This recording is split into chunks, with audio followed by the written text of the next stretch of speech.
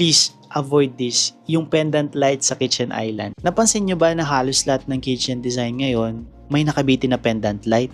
Mapupuno yan ng alikabok. Lagi ko itong na-encounter sa mga clients namin at lagi ko rin sinasabi, this is not the right solution. Alam nyo ba kung saan nanggaling ito?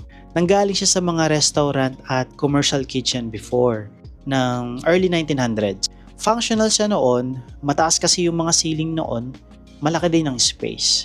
Pagdating ng mid-century modern era, pumasok siya sa residential design at naging standard na siya ng mga homeowners.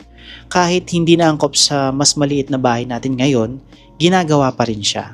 Pag maliit na yung kitchen mo, tapos naglagay ka pa ng pendant light, lalo pa siyang magbumukhang masikip at laging may alikabok.